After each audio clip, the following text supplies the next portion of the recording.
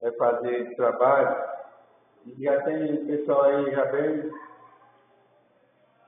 encaminhado para ele. Vamos orar então para a gente começar, né?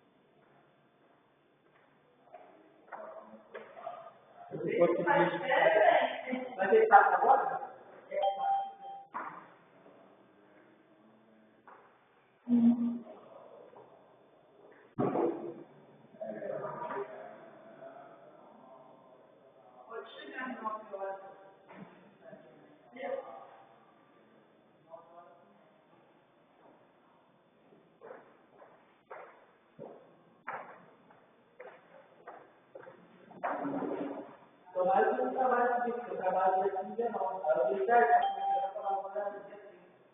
Mas não, era antes. Era o último sábado do mês. O último sábado do mês. O que eu faço com o meu trabalho?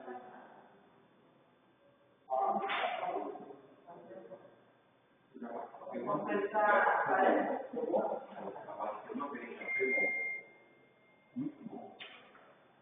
é uma bênção, né? É muito passado. É que você sempre termina na Sônia. E depois que ela falou, ela veio, e ela veio uma Hoje a questão dela não faz uma crítica, porque eles trabalham de estender de domingo para trabalhar, sabe? Ela foi sexta, ela foi sexta, só chega hoje lá por 4 horas da tarde, está no curso da noite. Eu já tive muita coisa aí nessa notícia. Não que Deus quiser ver, mas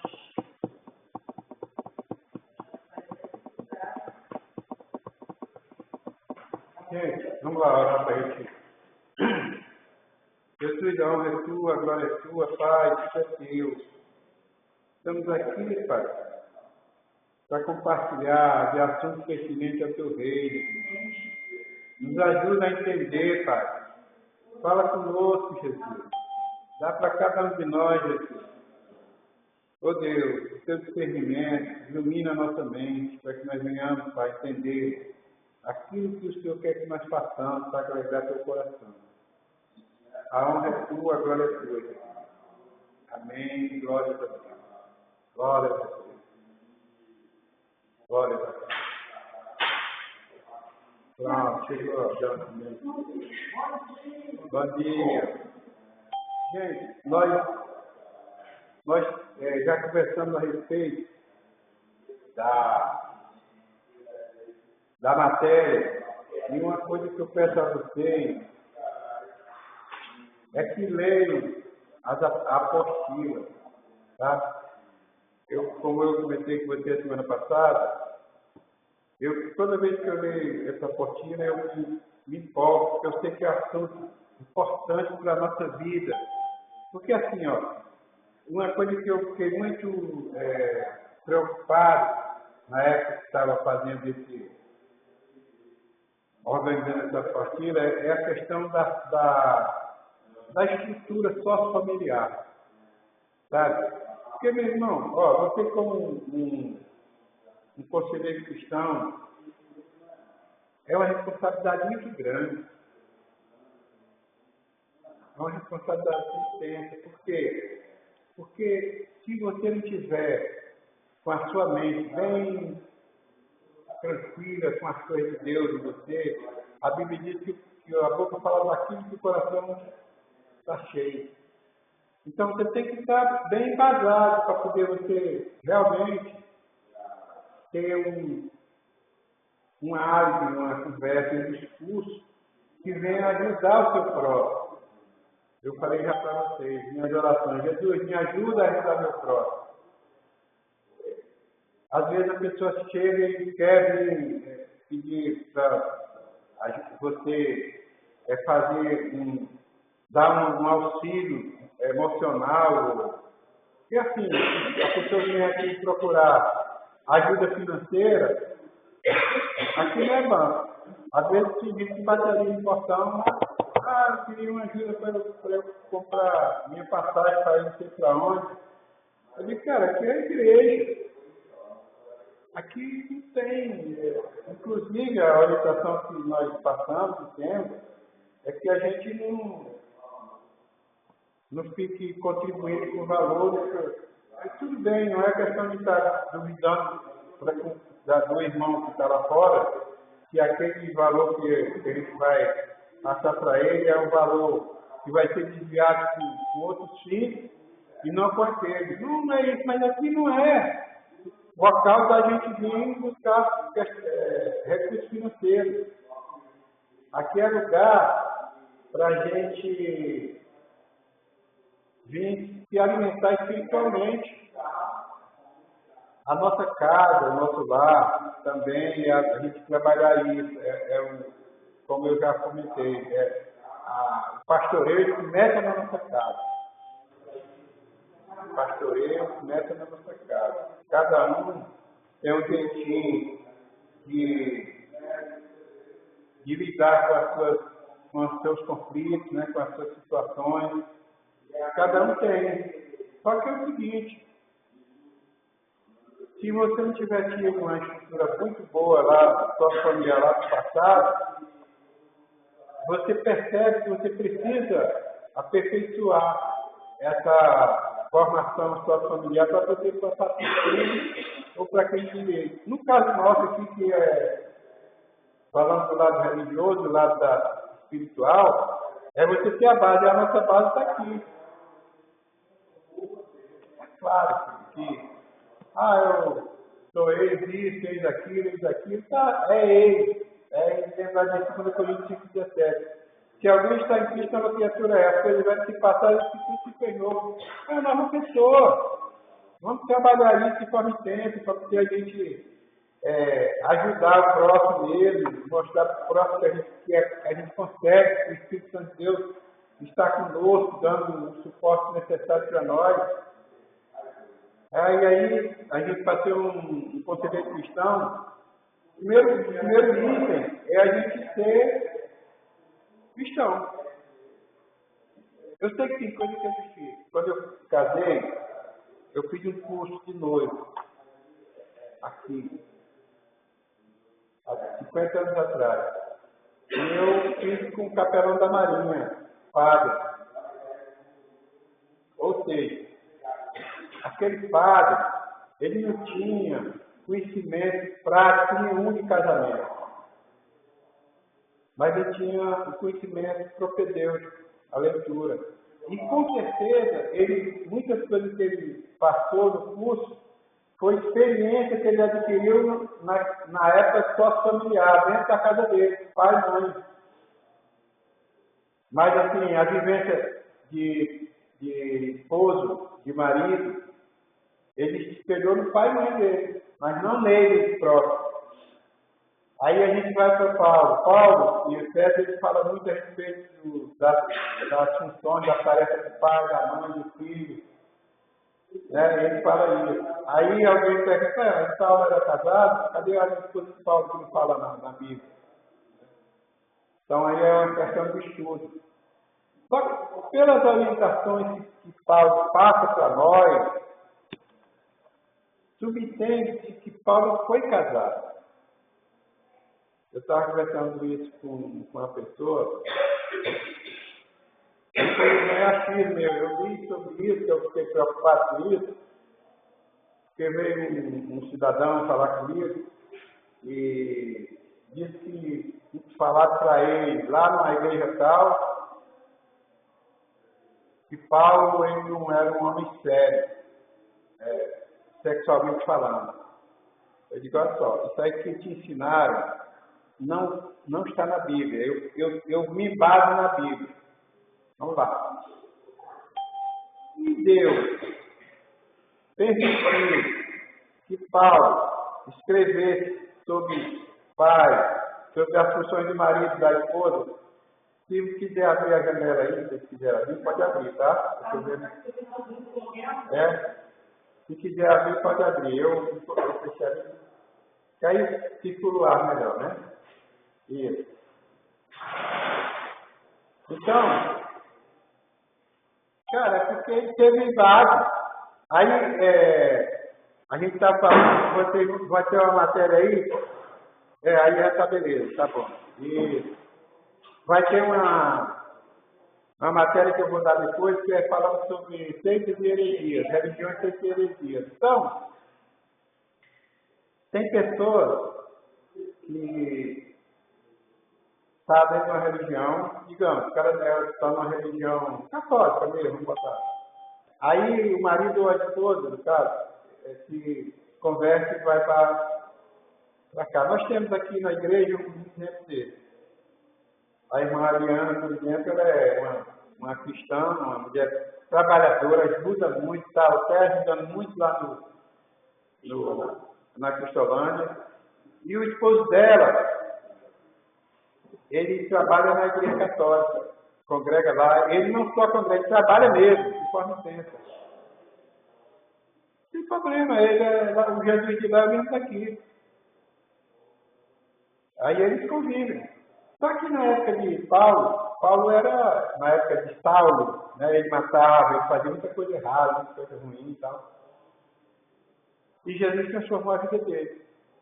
Quando ele estava a caminho de Damasco, né, ele só veio dia e tal, ele acaba ficando cego para as coisas do mundo. 3 dias depois, a visão dele abre para as coisas de Deus, de Jesus. Enfim. Os historiadores, dentre tantas coisas que eu pesquisei, diz o seguinte, que a esposa de Paulo, ela tinha a religião que ela seguia, como Paulo seguia também.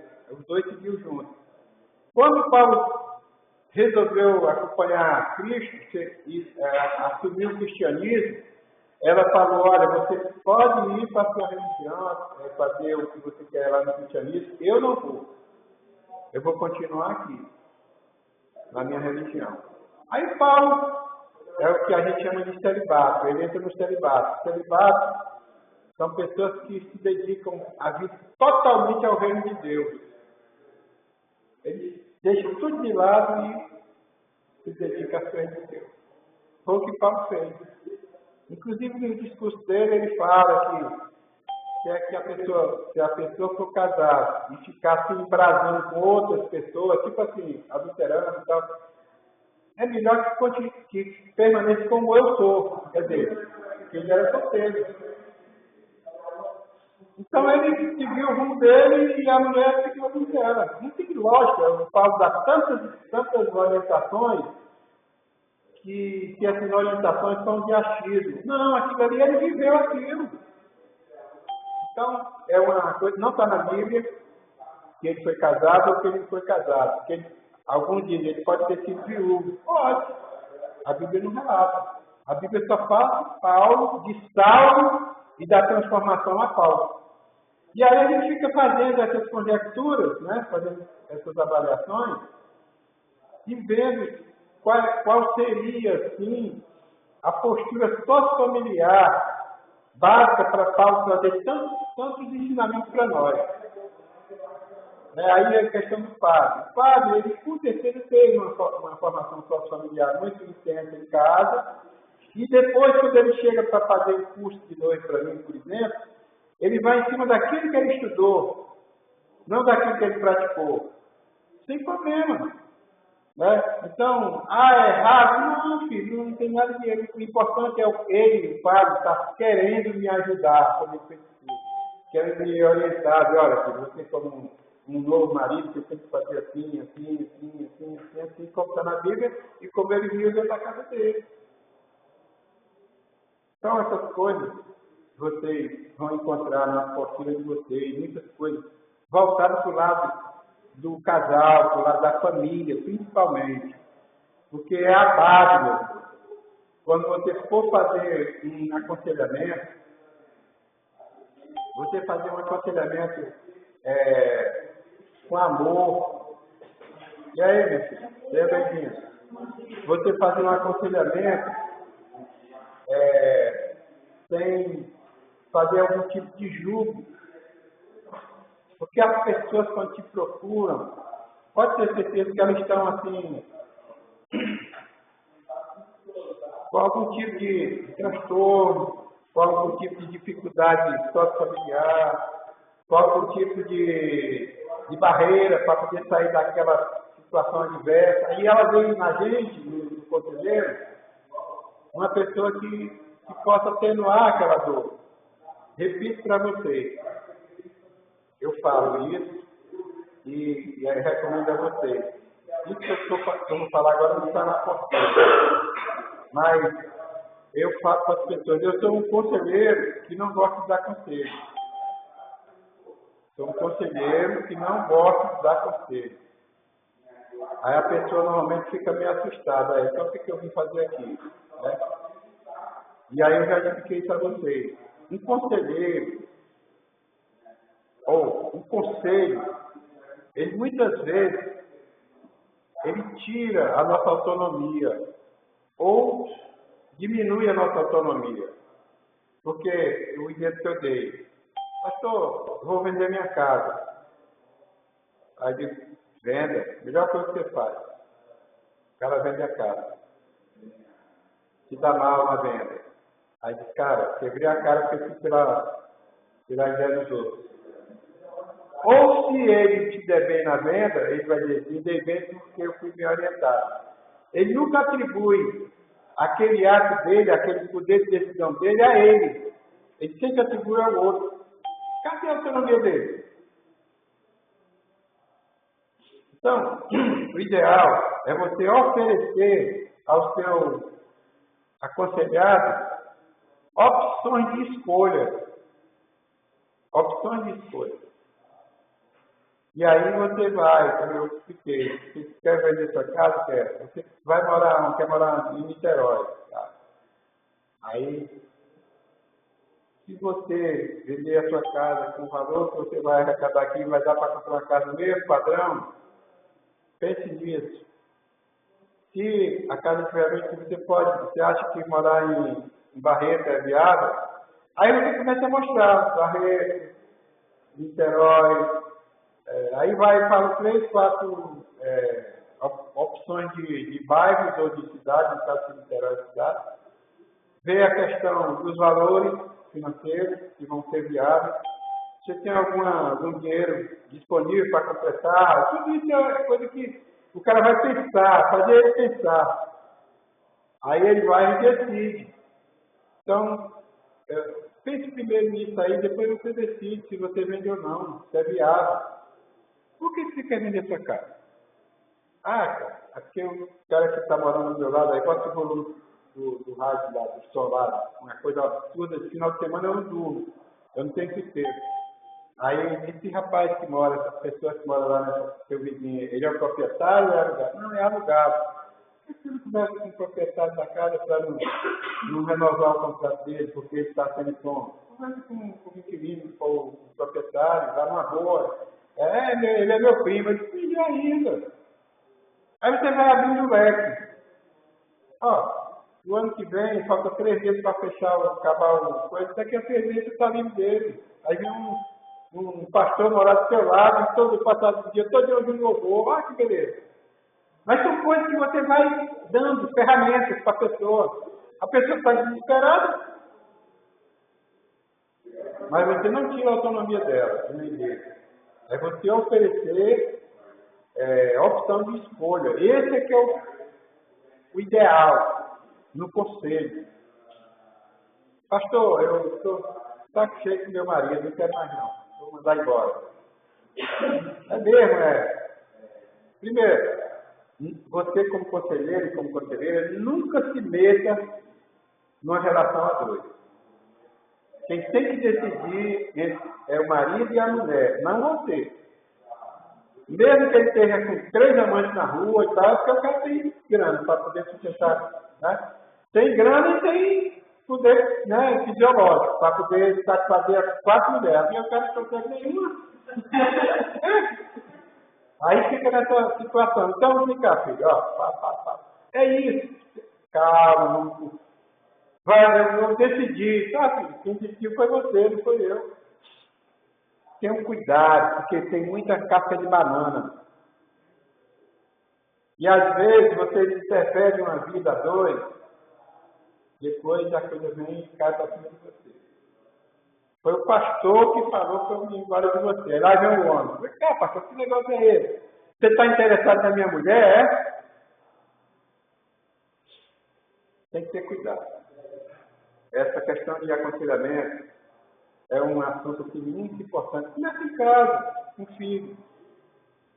Agora mesmo eu estava aconselhando um jovem ali, conversando numa boa. Eu sei que ele está aí tranquilo. Próxima semana, se Deus quiser, a gente vai se encontrar de novo. Mas sem dizer, faça isso, eu faço aquilo, eu faço aquilo. A única coisa que eu exijo das pessoas é ser obediente. E na Bíblia, tem duas ordenanças. Ceia e batismo. As outras são sugestões de Deus. E de pregar o Evangelho e batizar em nome do Pai, do Filho e do Espírito Santo. É uma ordenança. Está mandando a gente ir. Cumprir esse memorial até que eu volte. Ordenança. Para fazer a ceia do Senhor, não participar até que ele volte. Tá, é ordem. E as outras questões que a gente aceita, às vezes Deus está mandando e tal, sim. Muitas vezes ele está orientando, ele está sugerindo, né? E aí a gente tem essa convicção. Só que eu digo, filho, olha, hoje eu me sinto uma pessoa realizada, no sentido sócio-familiar, no sentido profissional, no sentido espiritual. A gente diz realizado, mas a gente sempre tem algo para a gente aperfeiçoar. É como eu sou um homem, a senhora é uma mulher, mas a senhora precisa aperfeiçoar seu caráter, a sua personalidade, né, a sua natureza, como eu também. Então a gente não pode ficar estagnado, a gente tem que estar sempre buscando melhorar. Toda vez que a gente ora, a gente está melhorando a nossa relação com Jesus. Pastor, já orei. Mês passado eu orei. Esse mês eu não orei, porque eu não preciso. Preciso, filho. A Bíblia diz orar e sem cessar. Então, é isso. A gente, como conselheiro, ter cuidado para a gente não engessar o seu aconselhado, engessar seu filho. Você vai ter que ser bombeiro, hein? Então você não vai entrar aqui em casa. Vai ter que ser para a Marinha. Não, minha filha. Eu nunca falei para meus netos, para a Marinha, nunca falei. Mas elas veem em mim um modelo, e aí tem uma na Marinha e tem o outro. O Daniel está no Colégio Naval. O ano que vem vai para a Escola Naval, sai de lá e já vai fazer a viagem com todo mundo. A outra já navegou aí, chegou um dia, eu vi aquele coisa que o senhor falou, quando a gente foi injetando no Rio de Janeiro, o gigante adormecido, que coisa bacana e tal, cadê? Mas nunca falei, nunca tem que fazer isso. Tem que fazer aquilo, não. As pessoas vão vendo e vão tendo aquilo como modelo. Né? Como também, tem hora que eu sou grosseiro, que ela não seja grosseira como eu sou. Esse modelo não seja para ela ouvir tudo e receber o que é bom. Então, quando a gente estiver em casa sugerindo coisas, tem coisa que a gente dá ordem mesmo, né? Menino, o lixeiro vai passar, ainda não passou. Daqui a meia hora, uma hora, ele deve estar passando, bota o lixo lá fora. A gente espera que ele leve o lixo para fora. Agora, tem que ser uma coisa direta. Meu filho, quando você terminar aí de fazer seu dever, de navegar e tal, e você tiver vontade, por favor, por gentileza, dá para você levar o lixo lá para fora? Cara, você corre o risco de dizer assim, mãe, dá um tempo. Ou então eu não vou levar. Você, quando for falar com seu filho, tem que falar olhando nos olhos dele, e ele olhando no seu, de forma direta, imperativa. Você é a mãe, nós não devemos ter medo de filho, nem de filha. Isso já é uma coisa mais paterna, mais materna. não o conselheiro. Não é questão de chegar e ter mão de ferro, não. Tem jeito que você pedir e ele receber aquele pedido como uma ordem. É isso. E tem jeito também de você dar uma ordem e ele receber como pedido. Tudo depende da maneira como você lida. E também daquilo que você construiu dentro da base. Não adianta, porque é muito difícil você querer consertar um filho ou uma filha com 30, 40 anos. É difícil. Tem que começar lá embaixo, quando ela não tem ainda o superego. E de ego superego que é você. Quando a criança, ela vai sempre vendo você como um modelo, como modelo, como modelo. As mães têm um cuidado para não ser superprotetora. Esse mãe superprotetora acaba com a vida futura do filho ou da filha. Por quê?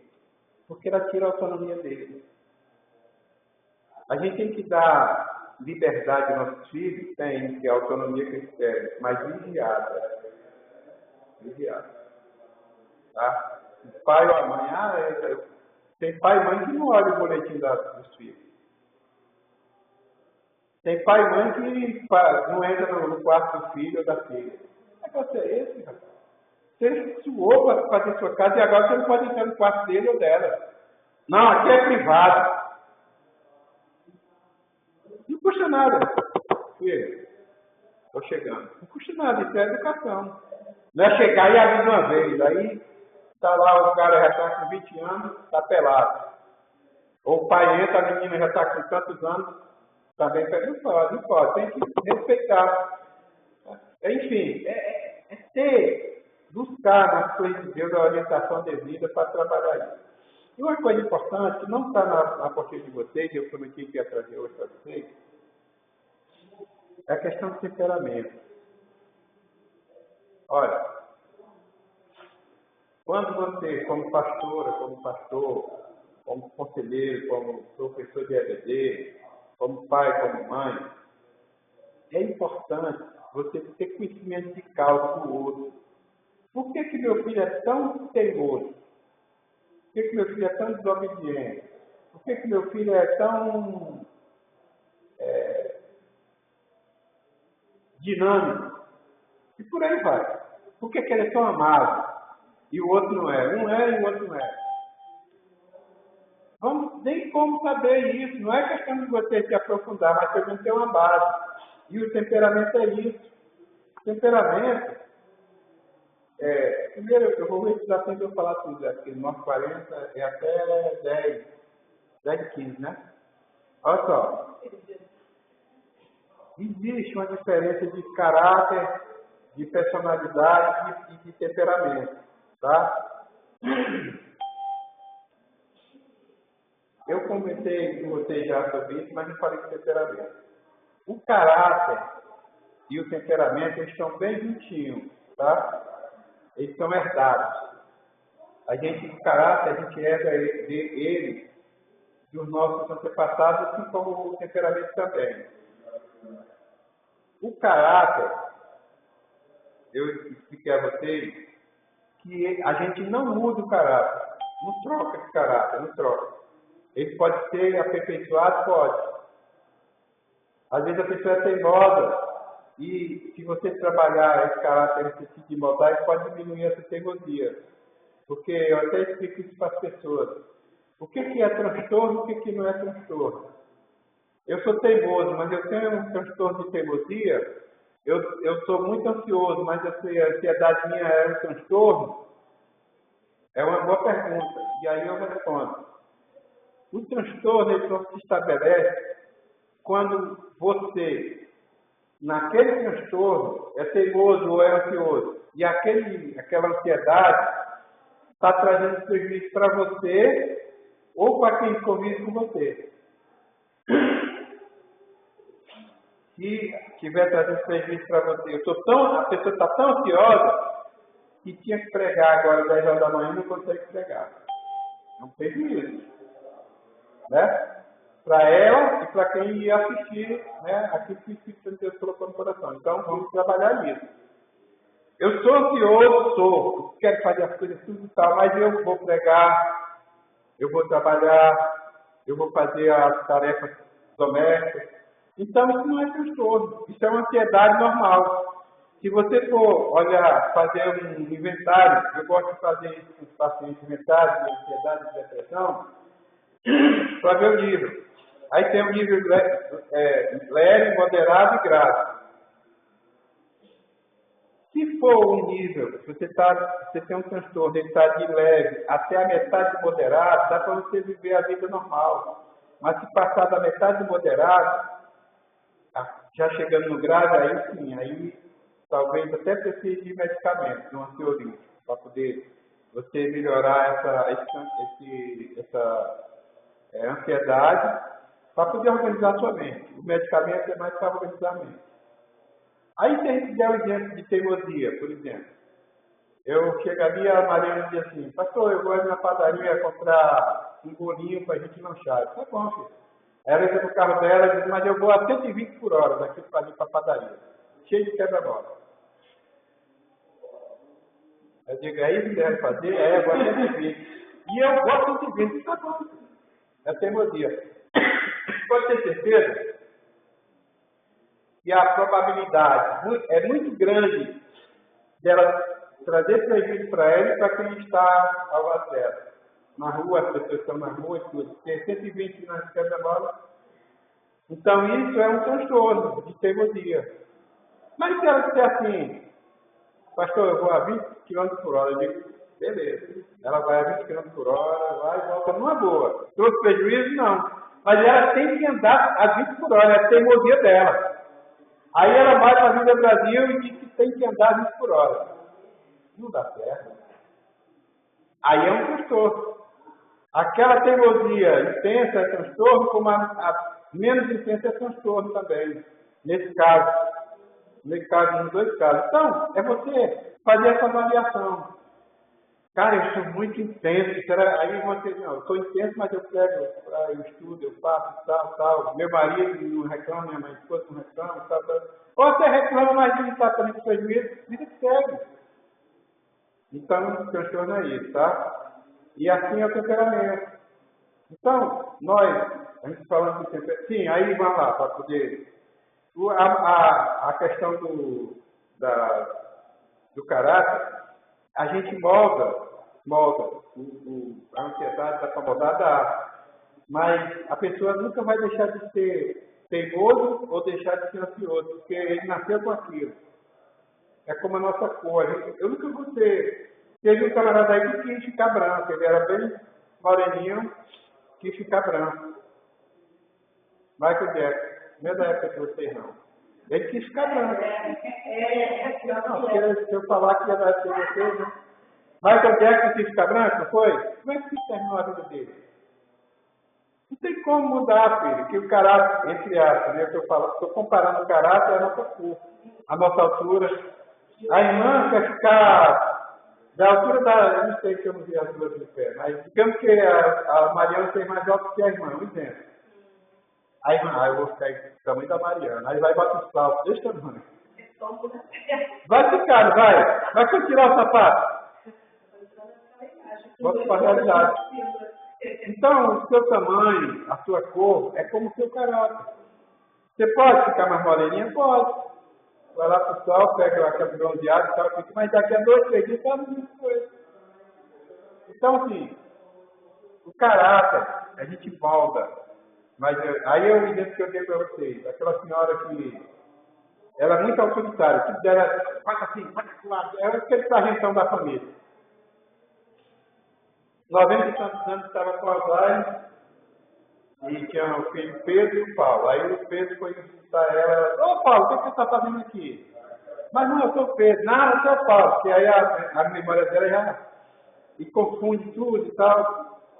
Aí a vida que segue. Ele entendeu que ela chamou ele de Paulo e ele achou que era Paulo mesmo. Ele conversou e tudo. Quando ele vai saindo do quarto dela, ela disse, peraí, calma. A próxima vez que você está no meu quarto, bata a porta.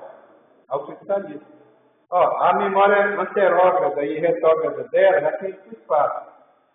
Mas o autoritarismo dela, ela nunca perdeu. Assim é o caráter. A gente nasce e morre por ele. Ele pode ser moldado? Pode, mas não trocado. Já a personalidade, sim, porque persona em grego significa máscara. Lá no teatro grego, a gente via aquela peça, o cara entra na cena com uma máscara de leão. E aí ele representa o leão na cena do teatro. Daqui a pouco o mesmo personagem, a mesma pessoa, pega uma máscara de rei, aí ele representa o rei. A mesma pessoa pega a máscara de súdito, representa o súdito. Então, personalidade, persona é máscara. A gente troca a máscara. A raiz da palavra é máscara. Aí sim, aí essa máscara é trocada. Você tira uma máscara e bota outra. Tem gente que é assim. Chega no culto da igreja ou aqui, aí vem, vai ter isso, vai ter aquilo, você tem que fazer como Deus está falando e tal. Quando chega em casa, ele caçuda a mulher, puxa o papagaio condado, o bicho no cachorro. Quer dizer, a máscara dele aqui é uma e cada outra. Tem gente assim. Personalidade, a gente não nasce com ela. Ela é produzida dentro do processo sócio-familiar. Você vai trabalhando aquilo, você vai começando a ver a personalidade mais forte, menos forte, como as pessoas falam, mas a pessoa troca, muda. Já o caráter e o temperamento. Assim como o caráter, o temperamento também ele é moldável. E nós temos 4 tipos de temperamento, tá? Não está na coisa de vocês, não. Na apostila. Mas aí nós vamos comentar por que eu estou falando isso. Que é bom, vocês têm o Google, que tem muita coisa boa. Se você quiser ter um temperamento, e às vezes quando eu estava assim, casar, eu faço o homem e a mulher para ela, os dois sentar juntos e ver aonde eles se enquadram no temperamento. O marido, eu acho que você deve, eu acho que aí você, assim você pode, você pegar, ver qual é o temperamento do seu marido, do seu filho, da sua filha, do seu pai, da sua mãe, você vai vendo mil por mil, eu acho que meu pai se encaixa nisso. Então, vai botando. Até você ver que às vezes a pessoa tem 2 tipos de temperamento, tá? A maioria de nós temos 2 tipos de temperamento. Só que um prevalece mais que o outro, tá? A gente não tem só um temperamento. Tem sempre um que acompanha. É como a depressão e a ansiedade. Sempre um carrega o outro junto. Então tem o sanguíneo, tem o colérico, o melancólico e o fleumático. Tá? Sanguíneo, colérico, melancólico e fleumático. Cada um deles tem o seu lado positivo e tem o seu lado negativo. Eu estou falando com vocês, eu tenho um livro que é os temperamentos. Como é? Isso. Pois é. E é legal você saber estudar isso para você, pelo menos, aprender a lidar com... Eu vou tirar o meu aparelho, porque eu acho que a bateria dele acabou. Aí você não tem que falar mais alto comigo. Então, gente, é tão importante isso aqui. Quando eu trato uma pessoa, normalmente eu fico observando para ver qual é o temperamento daquela pessoa, para poder eu lidar com ela de forma mais saudável. E assim é melhor quando você... Filho, olha só.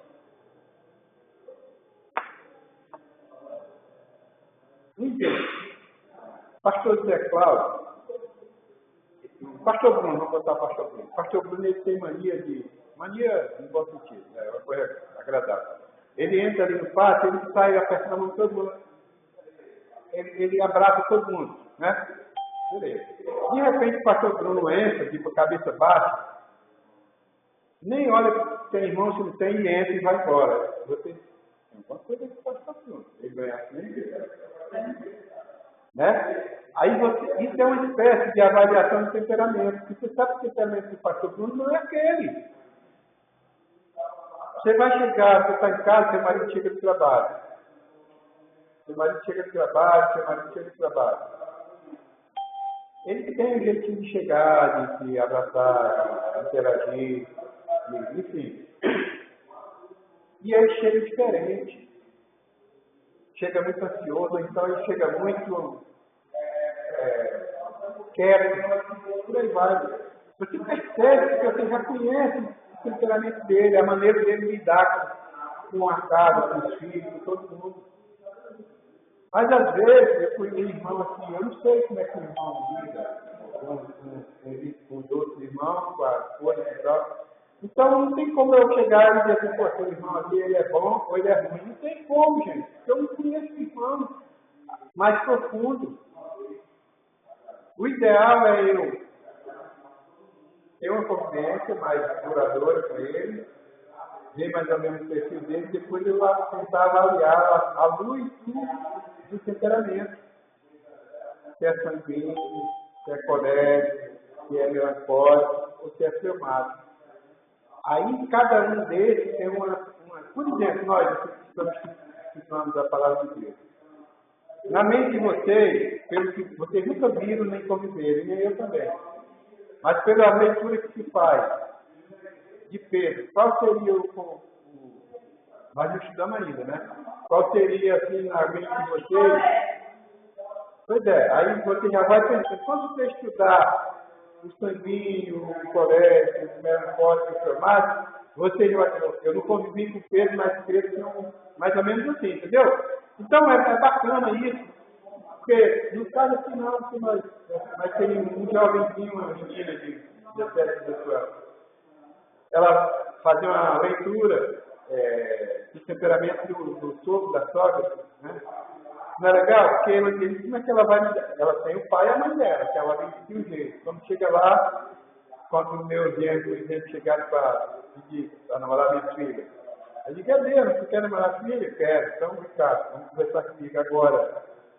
Fui lá para o terraço, senta aí. Aqui em casa é assim, assim, assim, assim. 9h59, eu quero escutar o portão, o trinco do portão bater. Porque depois de 10 horas da noite aqui, só 2 machos, eu quero 2 machos aqui dentro de casa. É eu e o galo para o quintal. Direto. Sem filho, ó, só quero 2 coisas de vocês. Respeito e consideração na minha casa. Só isso. Outra coisa, não traga bombom para me agradar não, que eu não quero. Tá? Eu gosto de bombom, mas não quero. Dê para minha filha, agrade a ela. Se você agradar ela, você também agrada. Tranquilo. Ó, estou de camiseta, de short e sandália de dedo, certo? Eu não vou ter ideia de fazer esse vídeo. Daqui a 100 anos, você vai me ver de short, camiseta e sandália de dedo. Mas com o mesmo tratamento. Porque se eu estiver comendo alcatra, você vai comer alcatra comigo. Se eu estiver comendo sardinha, você vai comer sardinha comigo. Falar que comer sardinha na semana passada, minha esposa, eu quero comer sardinha, mas eu fui comprar sardinha. Mas que coisa bacana. Sardinha com baião de doce. Eu tive que comer semana passada com ela. Mas enfim. Meu genro, eu já falei para você, minha filha, se estiver lá na varanda, tem sandália, vão lá dentro pegar a sandália e bota a sandália. Não mudou, gente. O respeito, a consideração. A mesma pessoa. Não, vou botar uma peça. Ou então o cara vai lá, não sei aonde, aluga um carro de última geração e chega na sua casa. Bebê, aí tá lá e passa o dedo dizer que o cara não é nada disso, cara. Ó, você quer ir pro cinema com a minha filha? Isso no primeiro encontro. É natural, né? Eu quero saber uma semana antes, no mínimo. Não chega aqui 7, 8 horas, 10 horas, depois, a hora que for cozinhando, não faça isso não, que você vai sair daqui para ela. Quer saber antes. Ela tem pai. Não estou falando do pai dele, não. Ela tem pai e eu gerencio a vida dela. Até o dia que você casar com ela, aí sim. Mas, cara, é ser transparente. Por que não fala tanto? Cara, não tem que ter medo de filho ou de genro, não. Ou de nora. É ser transparente. E você só ganha com isso. Agora, a gente chegou agora, eu não sei, não conheço. Mas aí eu vou fazer uma leitura de temperamento dele, como é que. Né? Tem um que eu chamo o Edvan, por exemplo, meu genro, grandão, todo, eu digo que aquilo é cara de leão e coração de mãe. Aquilo é cara de leão e coração de mãe. Cara que eu chegava às 7 horas da manhã do trabalho, da noite, eu trabalhava à noite, muitas vezes, e botava as crianças no carro e ia disputar natação lá no SESC. E aí eu ia junto. O garoto ficava lá sentado na bancada, e ele correndo na piscina para lá e falava, passou a noite trabalhando, e eu passei a noite dormindo. Delicado. Hoje e ontem, duvido que a Márcia tenha entrado na cozinha para fazer comida. É ele que faz. E trabalha, e é aposentado. Ele é aposentado, mas não para de trabalhar não. Você olha para ele, pô, aquele cara, ele deve ser um cara, não é nada disso, cara. Ele, todo não sei o quê, mas aquele cara, ele tem um coração de mãe. Estou enchendo a bola dele, né, claro. Mas graças a Deus, meu filho, eu estou tudo nesse perfil. Fala do Júnior, da velhinha. Covardia, cara. Mesma coisa. Falar do Bruninho. Tem como falar do Bruninho? Falar do pastor Bruno. Não tem, cara. Aí eu levantava para o céu. Deus não me deu o filho. Levou com 9 meses na barriga da mãe. Deu 4 anos, né? Sabe quantos netos Deus me deu? Até hoje, né? 5. Deu 5 filhas. Oi? Não entendi. O Bruno? O Bruno é meu guerreiro. Pastor Bruno. Levou?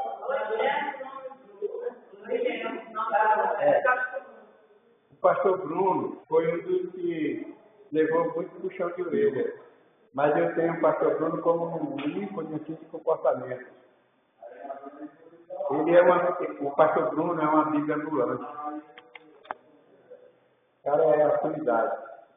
Entendeu? Muito top, muito top. E Papai do Céu continua abençoando. Ele está assumindo a igreja agora, né? Sim, vamos lá, senão a gente não consegue, né? A pessoa que já identificou o temperamento, né? Parece, não sei o quê. Ela consegue mudar esse temperamento? Nós falamos, o temperamento e o caráter não muda, mas pode ser aperfeiçoado, moldado. Não muda, mas molda. Tá? Se a pessoa... Nós vamos falar aqui, aí a gente vai encaixar para você ver como é interessante. Isso tem na internet, tá? Mas isso aqui é um livro. Depois, se você quiser, eu posso escrever para vocês. Como não está aí, eu vou botar no grupo depois. Tá? Esse livro é um livro temperamento controlado pelo Espírito Santo.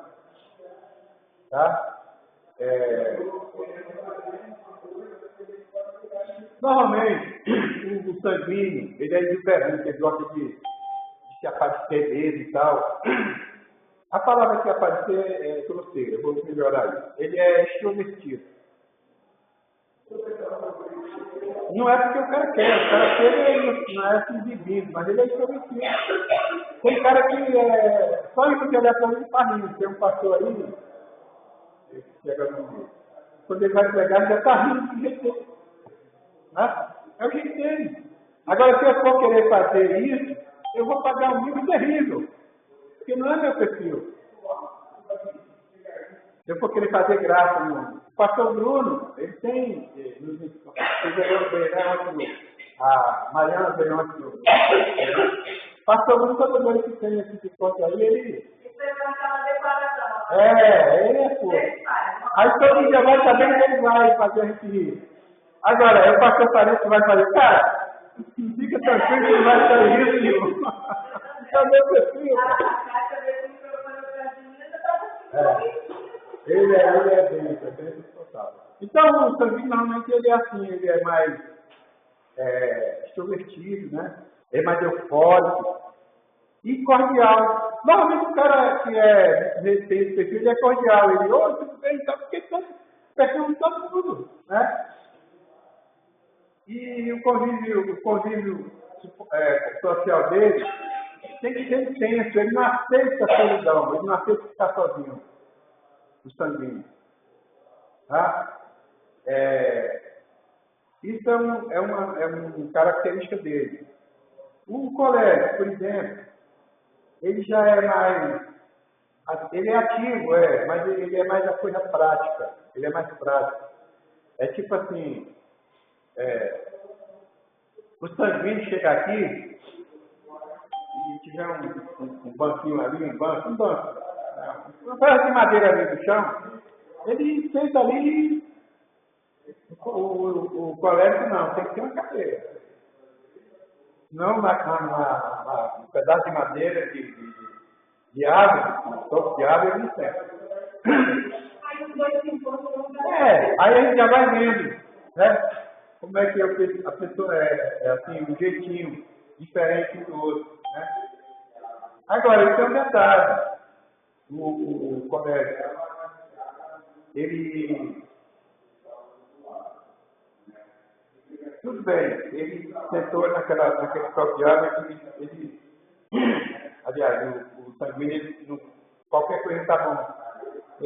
O colérico, ele quer o local certinho, direitinho, bacana, mas ele sentou naquela cadeira, mas ele fica assim, imaginando uma maneira de transformar aquela árvore numa cadeira. Entendeu? Ele é criativo, ele quer. Eu estou aqui, o ideal é isso que eu estou fazendo agora, mas qual seria a alternativa que eu teria para eu transformar aquilo em uma cadeira? O cara começa a idealizar coisas, né? Um cara que não fica assim, contente com aquilo, aquela diversidade ali, não deixa ele ficar no mestre, não, ele está pensando. Ele é prático, mais prático, né?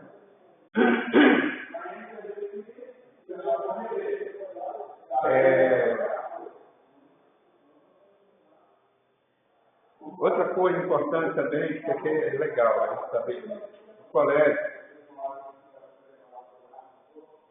presta atenção, como é que é importante, a leitura que o cara faz aqui. Ele chegou e disse, não, eu não vou sentar no tronco da madeira, como o sanguíneo está, eu quero sentar numa cadeira. Ele tem um foco, uma maneira de ser, ele se acha, digamos assim, importante, autossuficiente, o capaz de, não, eu não vou sentar, eu vou sentar numa cadeira, eu quero uma cadeira. Então essas pessoas, para você convencê-las a aceitar Jesus é mais difícil. Porque ela já tem um foco dela.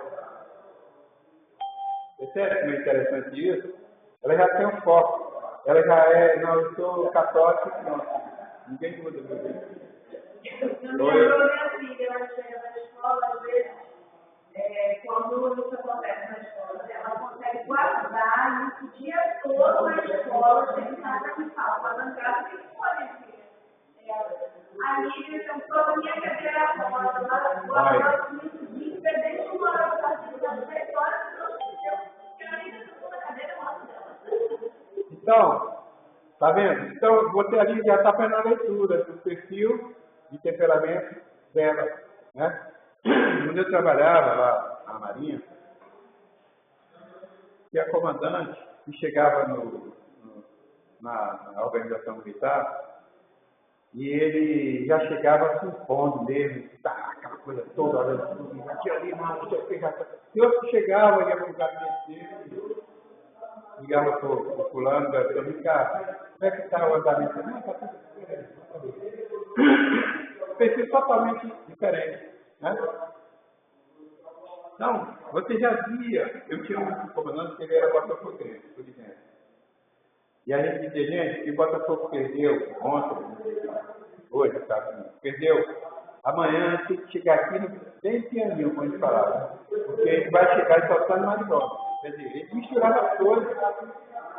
Tem pessoas, é isso que a Mariana está falando, traz as coisas lá da coisa aí para dentro de casa. Mas no caso dela, ela está desabafando, é diferente. Mas tem um que chega, o desabafo dele é oprimido, é expondo. Aí, né, são coisas que era necessário a gente fazer essa leitura. Né? Como eu falei, o colega tem dificuldade a gente quer convencer a aceitar Jesus, ele tem dificuldade de aceitar, porque ele tem a dinâmica dele já tudo já marcada. É como aqui de muitos grandes generais de guerras mundiais foram coléricos. Eles não mudaram, eles não queriam mudar. Eu vou fazer a guerra. Tem uns aí que são doentes, né? Ditadores, né? São pessoas doentes mesmo, né? São psicóticos, né? Às vezes, enfim. Mas no caso de temperamento, normalmente eles são coléricos. Né? Eles nascem. Porque assim, filho, ó, eu falo muito isso também. Tem gente que nasceu para ser índio. Tem gente que nasceu para ser cacique.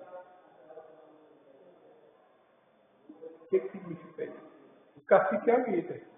O cacique é o doutor, é que manda, né? E o índio é o que é comandado. Quando a pessoa nasce para ser índio, mesmo que ele esteja numa posição de liderança, de comando, de governo, ele começa a ajeitar as cadeiras, começa a passar o pano na coisa, porque ele é índio. Ele nasceu com perfil de líder, de comandante. Quer ver um exemplo? O Lula. O Lula veio tirar o primeiro grau aqui em São Paulo, dia desse. Primeiro grau, o Lula. Mas ele nasceu como líder. Ele chama de líder nato e líder de direito. O líder de direito é o cara que nasce para ser índio, vamos dizer assim, aí é colocado na posição de cacique. O cara não tem nada de liderança, mas ele é doutor nisso, doutor naquilo, aí ganha o título de comandante, de governante. Só que ele não vai governar, quem governa são os outros por ele. Ele não tem poder de decisão pleno.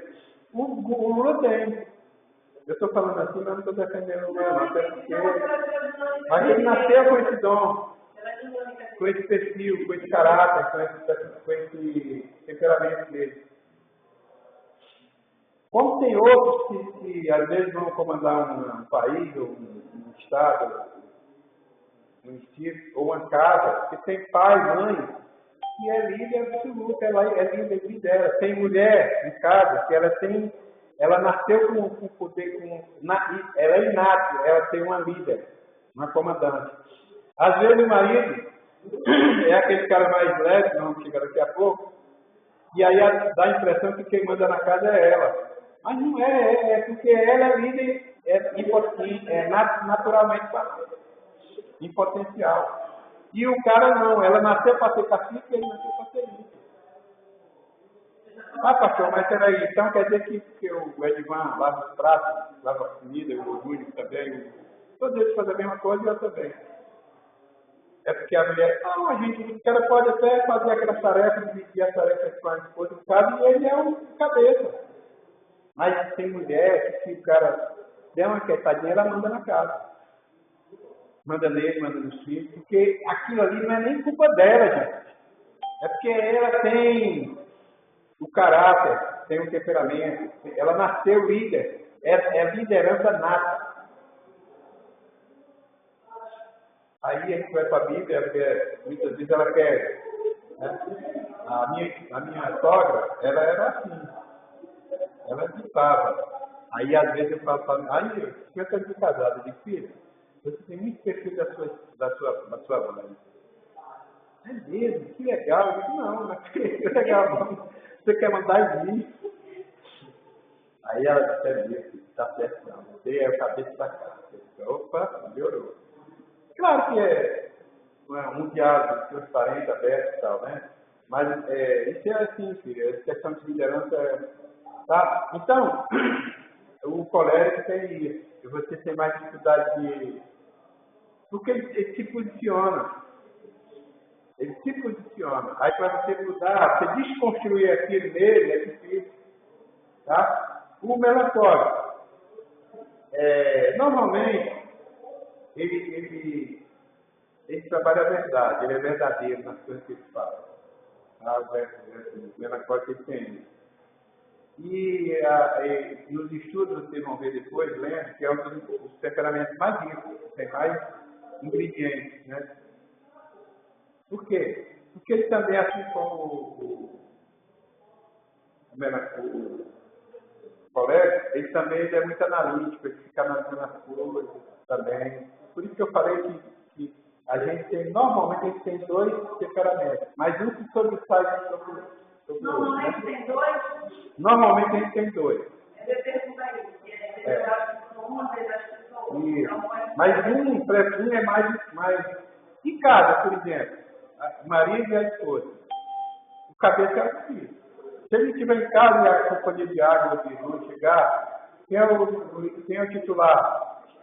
Aí ela vai dizer, ó, é meu marido, mas eu respondo por ele. É mais ou menos isso. O titular do temperamento é um. O outro está sempre ali pronto para entrar em ação. um é o presidente, outro é o vice-presidente. Isso, é.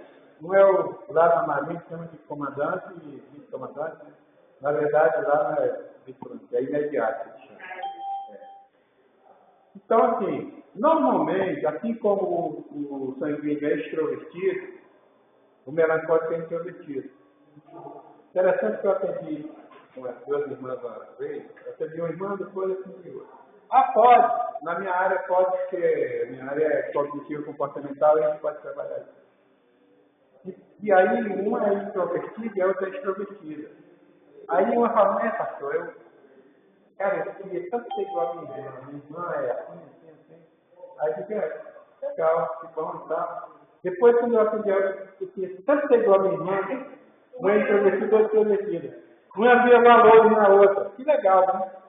Aí, será que é legal? Eu digo, olha só, cada um tem cada pessoa introvertida ou extrovertida tem o seu lado positivo e o seu lado negativo na vida. Por exemplo, o extrovertido é legal porque ele faz amizade mais fácil. Fala com todo mundo, não sei o que, Só que ele quebra a cara mais fácil também. Porque ele faz amizade, aquele é meu amigo e tal, e esse não é assim. Não é um rapaz extrovertido, digamos assim. Ele chega e tal, e vê uma mocinha interessada, opa, vou trabalhar com ela. Mas será que é por aí? O introvertido é ruim porque ele faz menos amizade, né? Olha, se tratando de amizade, né? Ele faz menos amizade. Mas o lado. Mas sim. Só ligar que você já comentou sobre esse assunto aí, tipo assim, você tem uma coisa que tem gente que é social, assim, com escolha. Sim. Pode estar fazendo com escolha. Eu percebi que já tem que fazer várias pessoas, assim, que já assim daqui, já assim dali. E a pessoa que vai conversar comigo,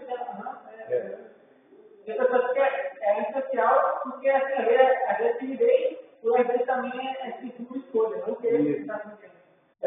Aí, no caso da pessoa antissocial, vamos dizer, né? Não é nem culpa do cara, às vezes ele é antissocial porque o temperamento dele é aquele. Mas quando a pessoa conhece o temperamento, ou convive com essa pessoa que a gente a princípio entende como antissocial, aquilo ali é a pessoa mais amável que tem. O outro que chega, aquilo ali é só o fogo de palha, mais ou menos, fazendo assim, né? Não que seja uma palha. Então, o introvertido, ele faz menos amizade, faz, mas ele quebra menos a cara também, porque ele seleciona as amizades, né?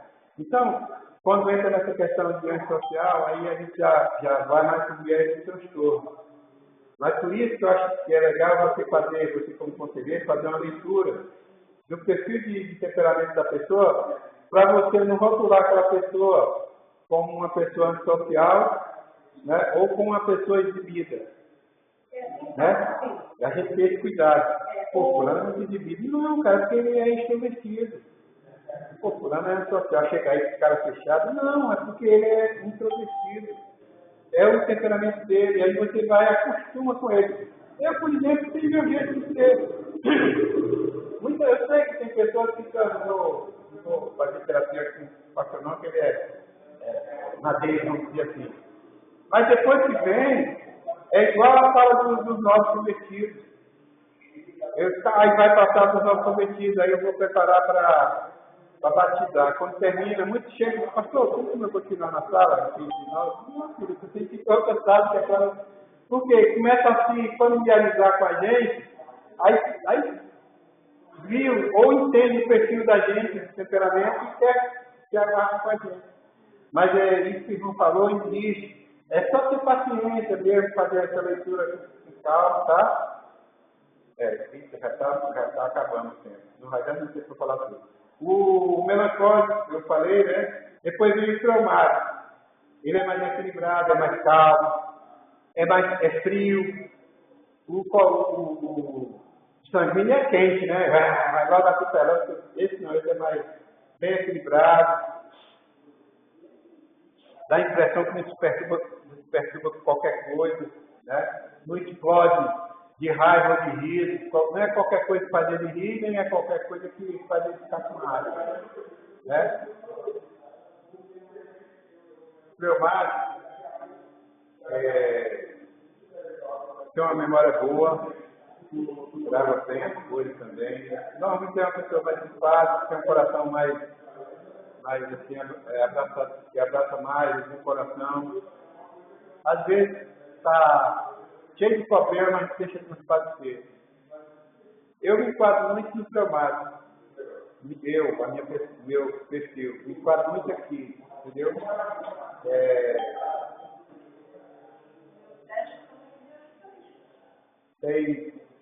Vocês, lá no final é o conciliador e pacificador inato.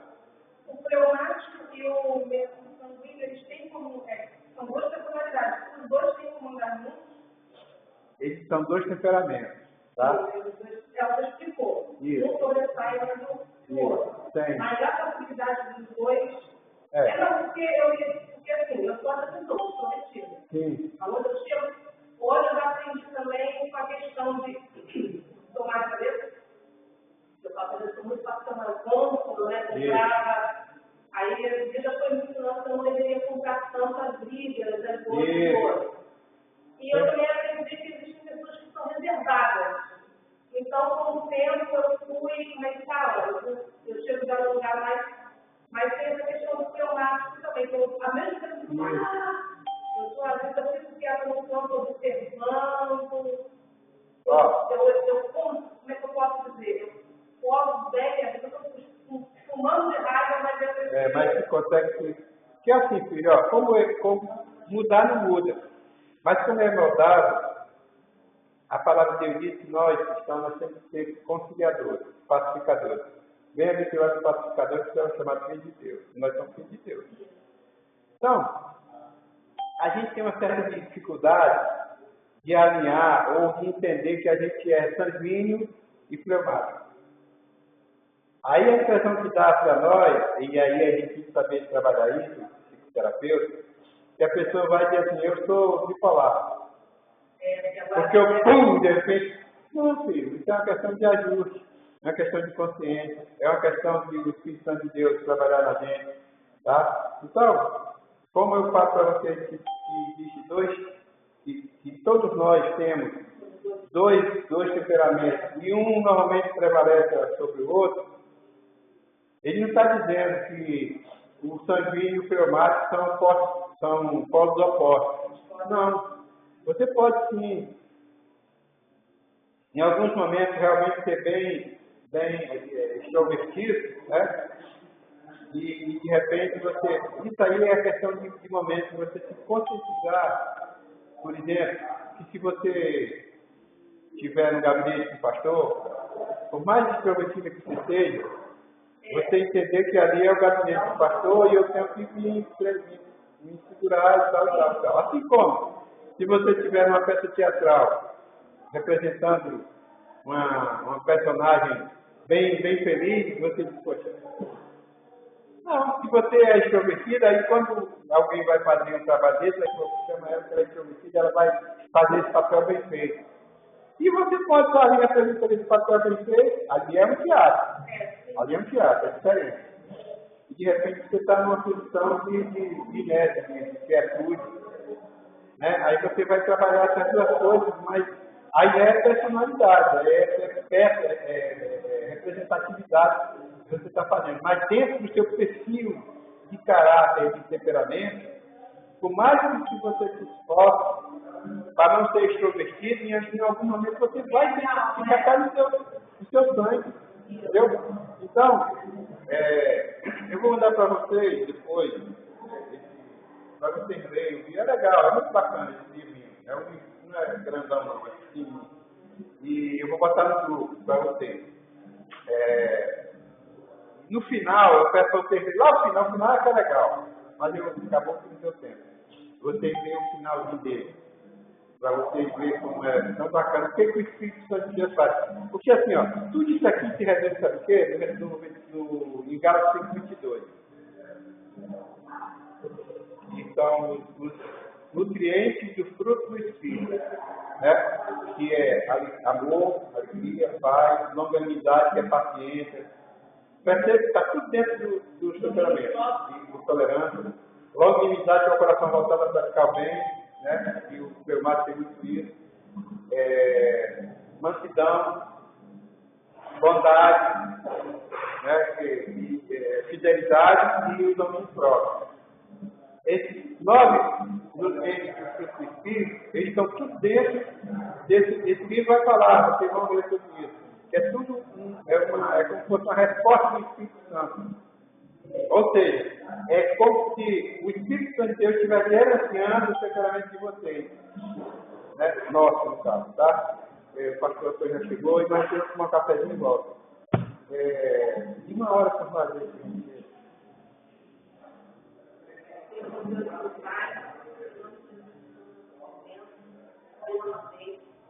Quero agradecer pela sua aula, pela mais possibilidade de estar aqui na sua palavra.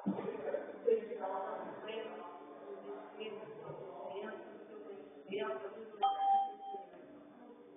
agradecemos por cada dia aqui, pela sua força, cada dia que está, e também por todos os dias, por também abençoar, transformar nos nossos sabedoria.